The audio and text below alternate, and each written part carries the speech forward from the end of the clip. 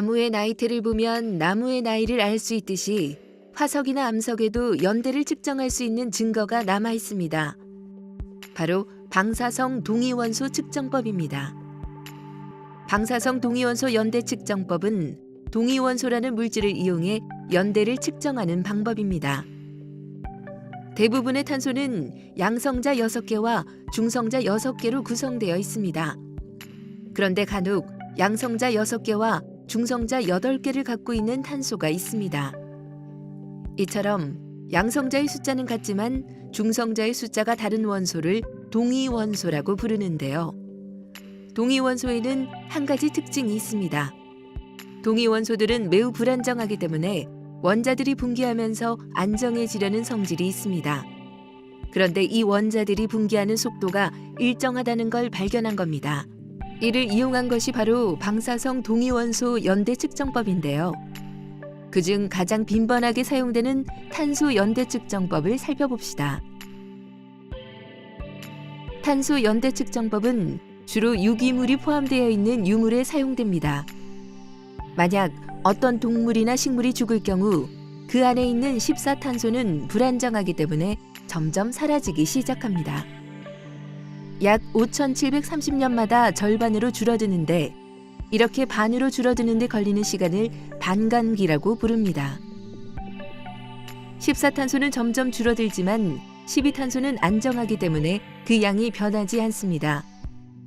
이를 이용해서 14탄소와 12탄소의 비율을 측정하면 유물이 얼마나 오래되었는지를 확인할 수 있습니다. 탄소뿐만이 아니라 여러 동위원소들도 같은 특징을 갖고 있습니다.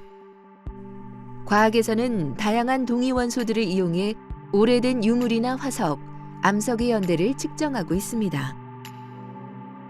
그런데 일부 사람들은 방사성 동위원소 측정법이 신뢰할 수 없는 방법이라고 반론을 제기합니다. 그게 3가지 이유가 있습니다. 첫째, 주변 환경에 따라 반감기가 변할 수도 있다.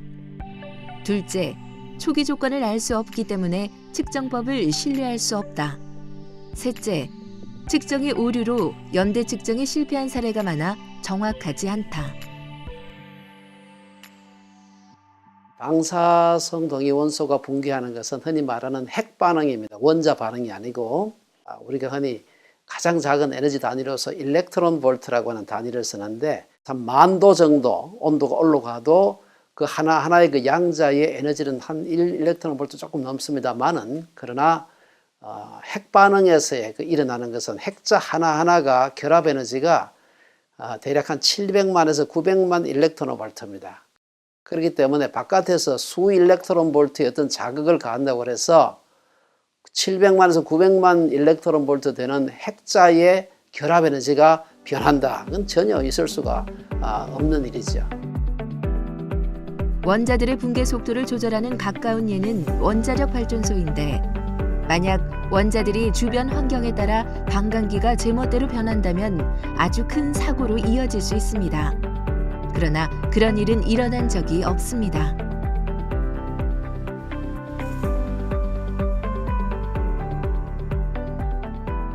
우리가 연대를 측정한다고 할 때는 절대로 한 방법만 가지고서 결정을 내리지 않습니다. 특히 중요한 연대인 경우에는 여러 가지 방법을 가지고서 흔히 말하는 상호 교차 검증을 하죠. 크로스 체킹을 하는 겁니다. 그리고 방사성 동위원소 연대 측정법 내에도 무려 40가지 이상 연대 측정법이 있어요. 같은 암석 내에서도 다양한 여러 방사성 동위원소들이 들어있기 때문에 그리고 서로 다른 반감기를 가지고서 이들 각각의 연대 측정을 하게 되면 충분히 보정이 되고요. 가장 중요한 것으로는 지금부터 한 60년, 한 60, 70년 전에 시작된 독일에서 후트만스라는 사람이 시작한 소위 동시선 연대 측정법이라는 게 있어요. 그거는 아예 초기 조건 자체가 전혀 문제가 되지 않습니다. 그 다음에 중간에 어떤 물질이 들어오거나 나가거나 오염이 있어도 문제가 안 돼요. 그게 들어오거나 나가거나 하게 되면 금방 그것이 드러납니다.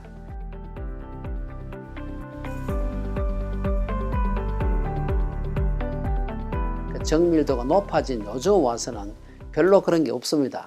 주로 과거 연대 측정법이고 근래에 와서는 대개 오차의 한계 내에서 일어나는 것이지 그 바깥을 벗어난 일이 잘 없다 하는 것을 말씀을 드릴 수 있고, 두 번째, 어떤 연대 측정에 있어서 오차가 크게 날 수 있어요. 약 한 30%, 40%, 최대 50% 이게 나기도 합니다.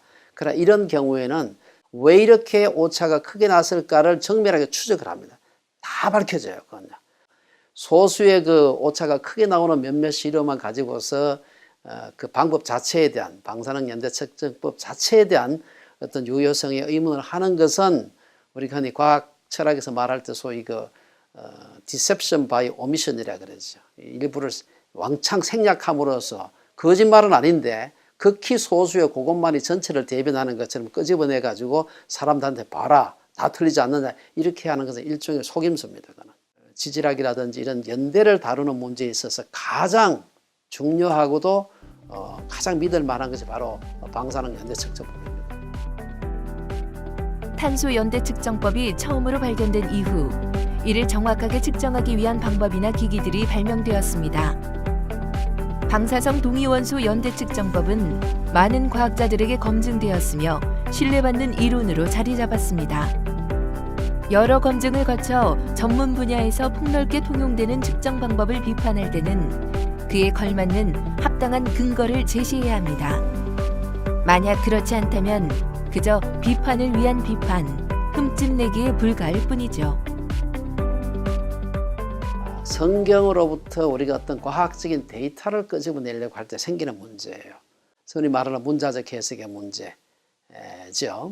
성경은 우리에게 구원의 계시를 전달하는 데 있어 가지고 정황무오한, 소위 말해서 무오무료한 책이지, 무슨 우주론이라든지 무슨 과학에서 지구 연대라든지 이런 과학의 문제를 얘기하는데 일단은 관심이 없고요. 성경에 관심이 없는 것을 우리가 일부러 거기다 관심이 많은 것처럼 성경에다가 요구하는 자체가 성경을 왜곡한다, 이렇게 말씀드릴 수가 있습니다. 그래서 우리가 성경을 흔히 말하는 남용, 혹은 오용, 어뷰즈하는 거죠. 저는 그래서 그건 굉장히 잘못된 성경관이다, 이렇게 말씀을 드릴 수가 있습니다.